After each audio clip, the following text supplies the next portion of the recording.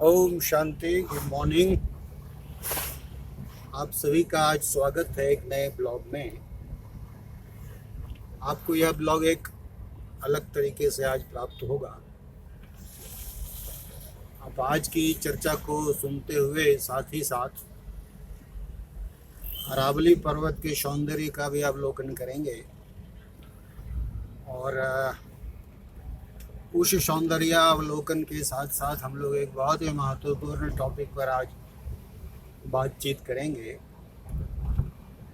इसके बारे में आपको पहले से पूर्व सूचना नहीं है, आज आपको उसके बारे में जानकारी मिलेगी, मगर ये एक बहुत ही गंभीर जानकारी है, इसलिए इसको आप थोड़ा ध्यान से देखिए, ध्यान से सुनिए।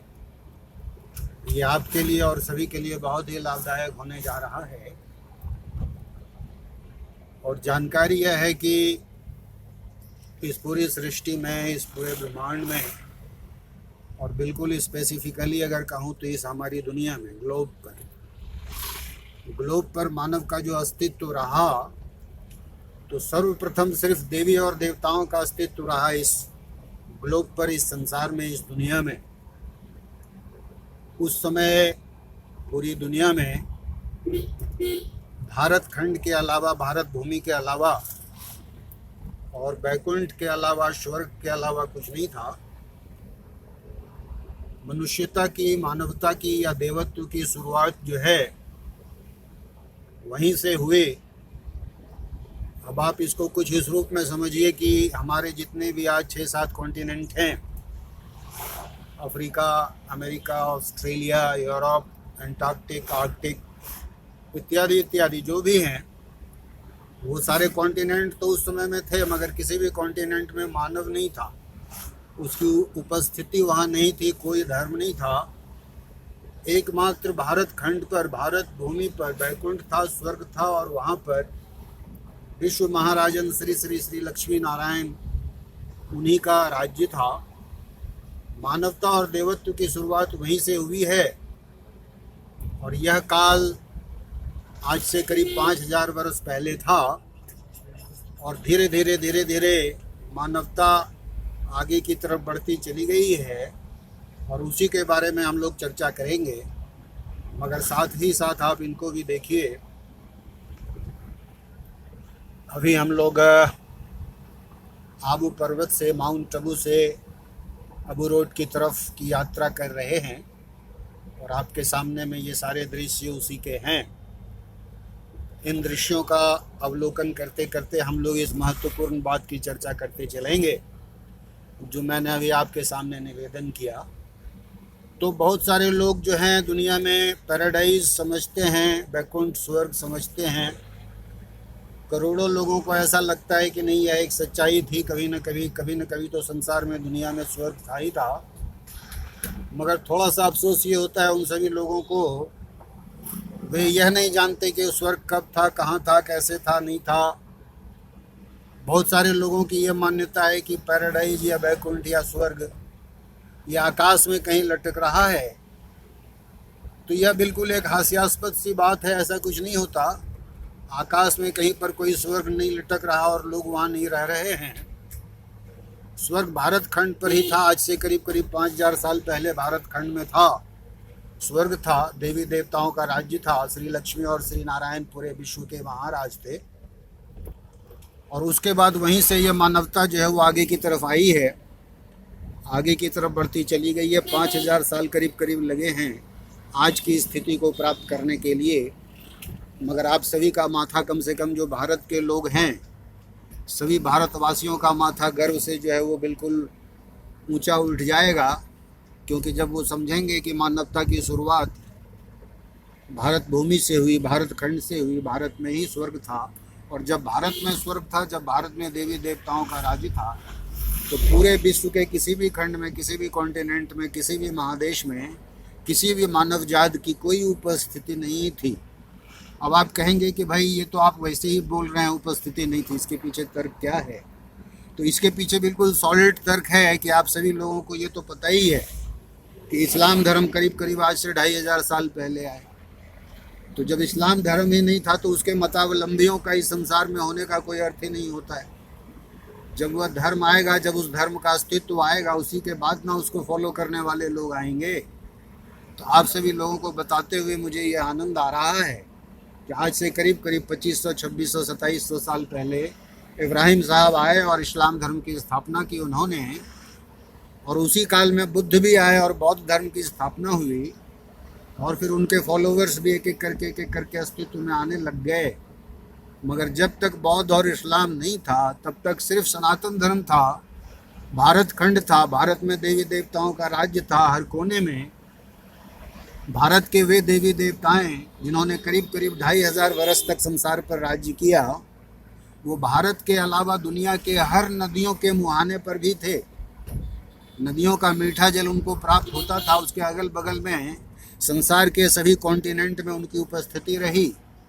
प्रारंभ में वे वहाँ पर पिकनिक के लिए गए, बाद में उन्हें वह स्थान अच्छा लगा, तो हमारे वो देवी देवता वहाँ पर भी जाकर के बसने लग गए। तो 2500 साल तक आते आते संसार के सभी महादेश पर देवी देवता और उनके परिवार के लोगों की उपस्थिति हो गई।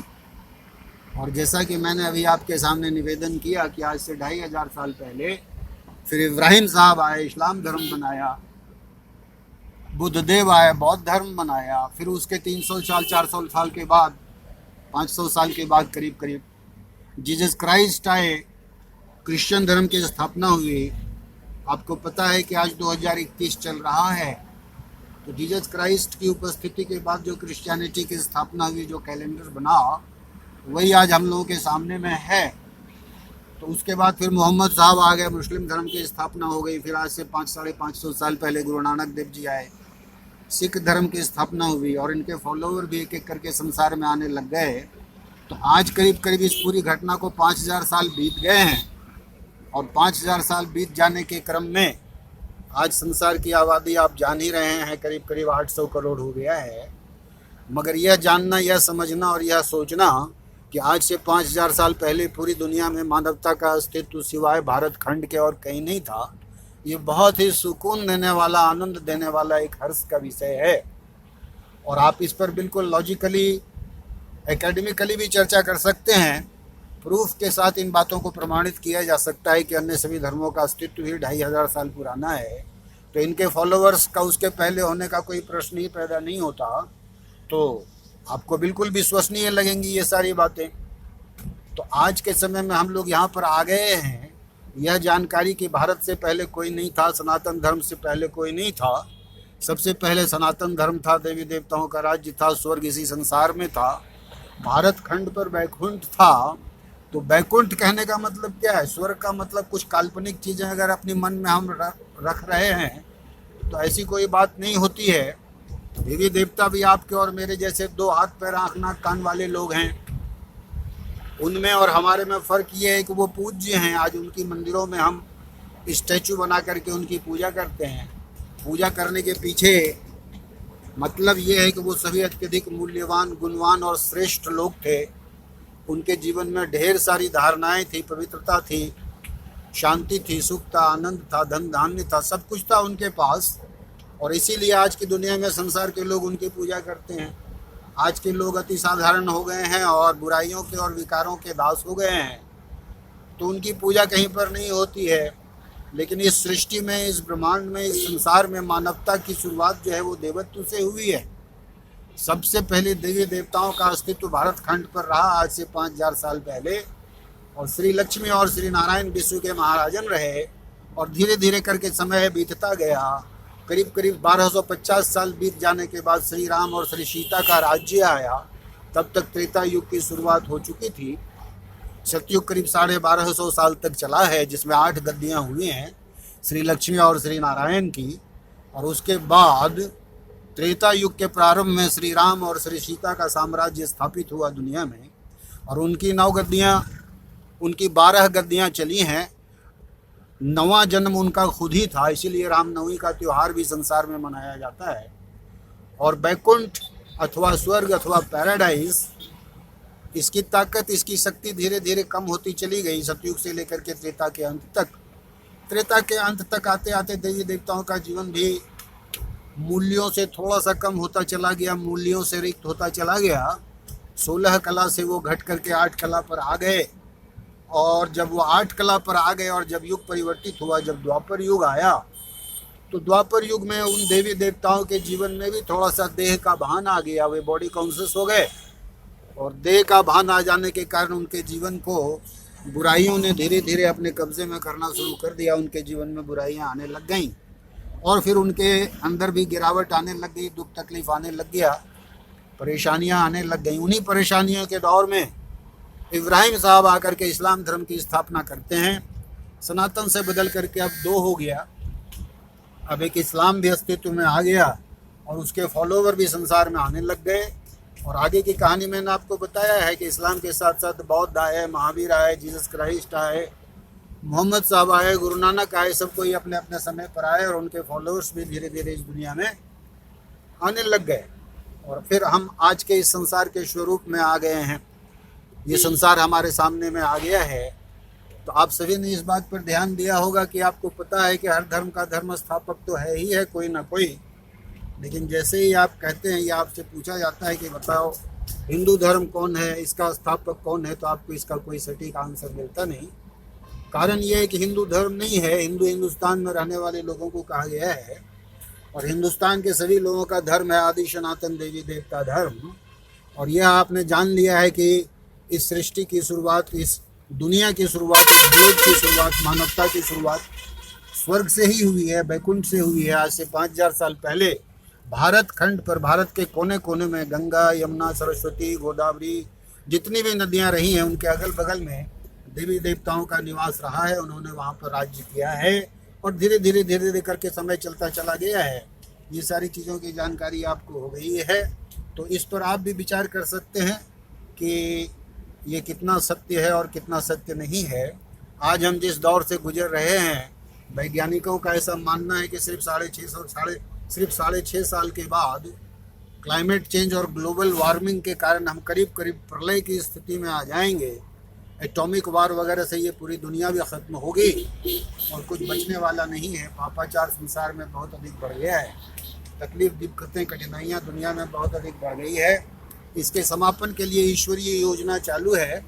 आज से 84 साल पहले से ऑलमाइटी गॉड आकर के नई सतयुगी सृष्टि की स्थापना करने का कार्य कर रहे हैं, जो बड़े जोर शोर से संसार में चल रहा है।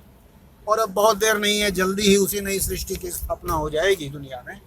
दुनिया में कोई बचेगा नहीं, सारा खंड समाप्त होगा, मगर सिर्फ फिर से पुनरुद्भव होगा उन्हीं लक्ष्मी नारायण का, उन्हीं का साम्राज्य विश्व में स्थापित होगा आने वाले समय में, जिसकी चर्चा मैं आपके सामने अभी कर चुका हूँ।